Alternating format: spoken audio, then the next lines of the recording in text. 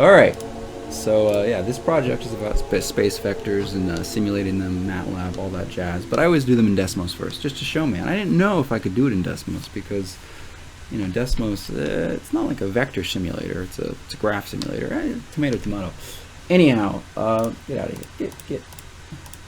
So, sinusoidal three-phase system is represented by sine waves, offset by 120 degrees each. And here we have one sine wave, and we can play with the frequency of it and the magnitude of it. Make that smaller. And now we introduce our two other sine waves, which are offset by 120 degrees each. In this demonstration, I'm doing 240 degrees, so VA1, VA, VB, VC are going to represent our three voltage vectors, and they are going to, VA is offset 0 degrees, VB is offset positive 120, VC is offset positive 240. You go all the way around. It worked. So look at that. Beautiful. Tear jerking, I would even say. And we can still play with the frequency. We can play with the volume. This is what's going into every three-phase system your grandma and your mom ever owned. And we can sum them all together like this. And if we just plainly sum the vectors, you can see they equal 0. Let me get out of here. So right here, we're just adding them, and you know, they all cancel out. One of the reasons they're really good. And we bring them back, bump that frequency up, show us some magnitude. But if we take these three voltages, and they're all offset to 120 degrees. So we can represent that by three vectors, one pointing to the right, one pointing left up, and one pointing left down. And we can decompose those vectors into their root parts, the x and y of VA, which is only just x because VA is 100% in the x domain, the x and y parts of VB, and the x and y parts of VC. And we can take each of those x parts and we can sum them all together. We add all the x's of VA, VC, VB. We'll add all the x's, all the y's of VA, VB, VC, and we sum those into their into the resulting net y, x and y sums, and we'll square each of them, add them together, and take the square root of that. That gives us the magnitude, like this equation down here. Very different. It's not 0. It is a more accurate sum, I might say. Maybe if you reflected this over the x and added it, that would do this too. But and you can see frequency isn't affected by this, and this is pretty cool actually. This is a bunch of sine waves adding to a flat line, kind of. They're all canceling out. So, and you can see it responds to the magnitude as it ought to. And if we mess this up at all, you can see now you get noise. That's why you have to balance these right. It's like chaos theory. Or we get rid of a 2, you know, weird stuff happens, really weird stuff. So it's pretty like a knife edge you balance on where it's flat. Anyways, this represents the space vector. Space vector, the magnitude doesn't change. It goes around in a nice circle. And I represent this over on the polar domain. So in the polar domain, r is the distance from the origin to the point, and theta is how far you've gone around the circle, 2 pi. You go around pi, that's halfway around, pi divided by 2, 1/4, also 90 degrees. Anyhow, let me show you what a sine looks like in polar. So let's just go 0 to 2 pi, there you go. So this represents the output of a sine wave in terms of the distance of the circle from the origin. So we should see it oscillate, contract, get bigger, smaller, as time goes on. So we're going to play the universe, and look at that. It's bigger, and that's way too high. Bring it down, bring it down. All right, more. There you go.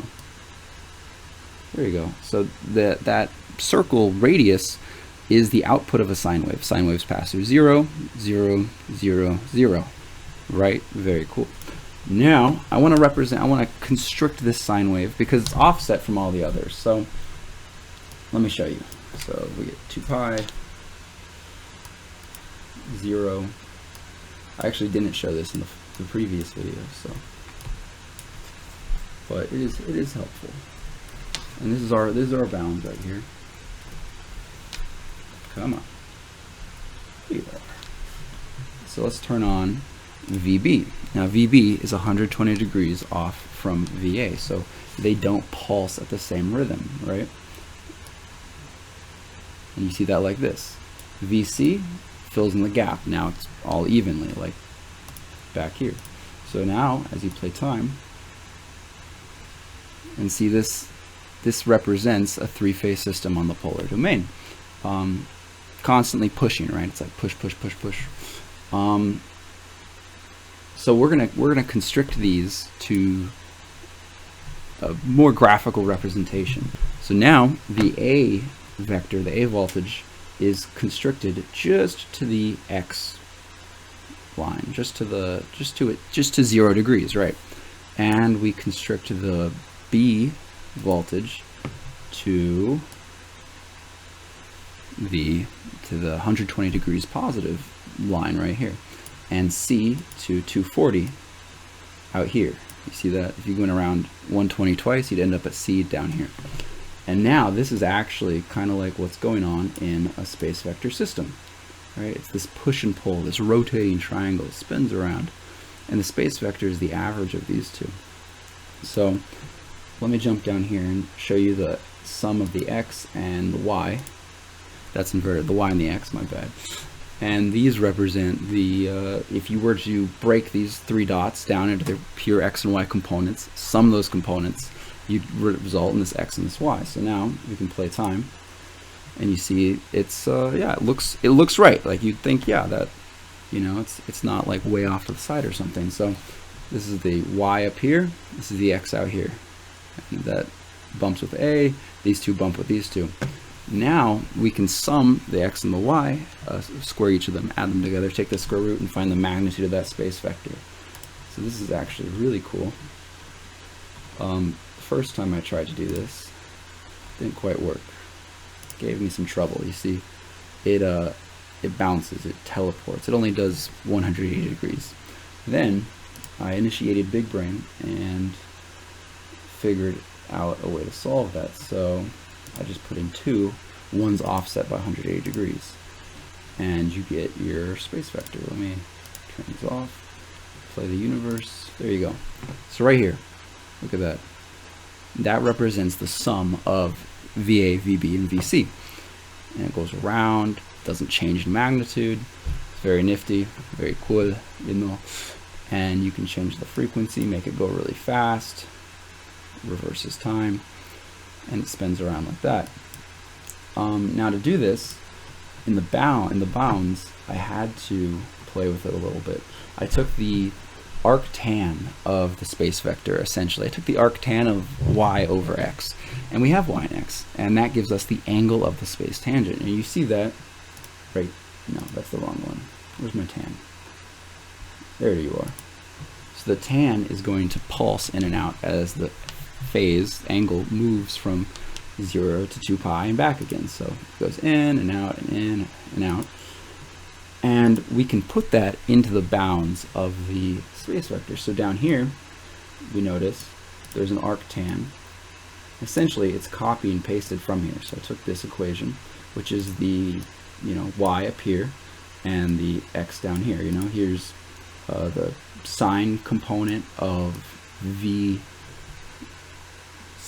and the sine component, which is 3 square root of VB, and VA doesn't have a y component, so we don't have to worry about it. And then we have the cosine component of VC and the cosine component of VB and the complete component of VA, right? So we're adding these. So this is all the x push and all the y push. Now, and this gives us the angle. Cool. So we copy and paste that, throw it down here in the bounds of theta, and it gives us this little window so we can see what's going on. And what I did here is I just did this and then minus f, which is our window size, and Daniel plus f. So this gives us our You can see I can go up here and shrink F. Okay, too much. So you can go down here and you can shrink F, and all the points get much smaller. And this is okay. I mean, it's a little more, it looks more vectory because they're points, but they're hard to see, especially the A one because it moves in the x-axis. So we can make this bigger, not too big, and we can player, and visually it makes it easier to see what's going on. That's all F is. So yeah, that's how you represent a space vector in Desmos. And we'll throw X and Y on there. See, X's line up the Y's the X's. And if you're a complete psychopath, you would put this in to the inductor equation, which represents the magnetic field produced by an inductor with a certain current. Fortunately, I'm not sure if it holds true for an alternating current.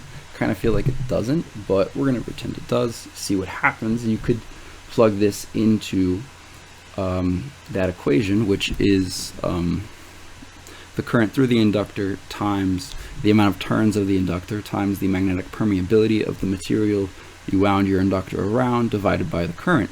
That would yield the magnetic field strength B of that inductor. So we can put in our VA, VB, and VC into the inductor equation.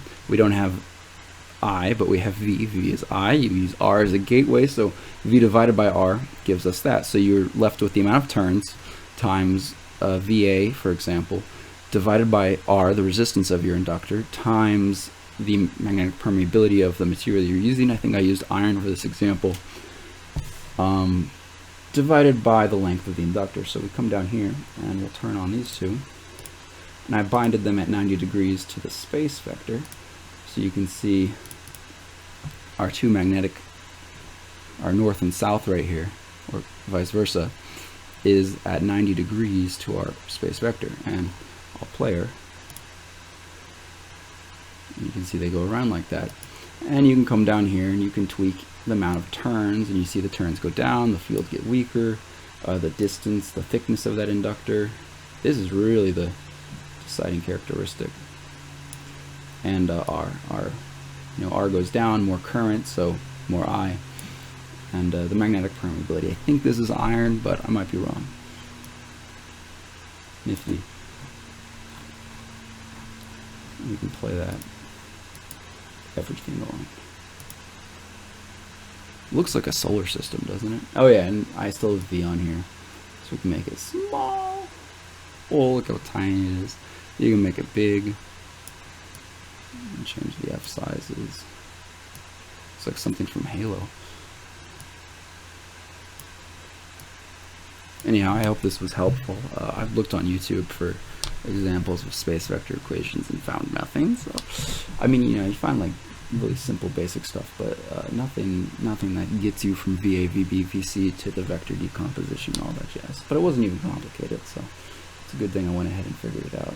Yeah, let me show you all of these. So, yeah, you have the R, magnetic permeability, number of turns. So, cool.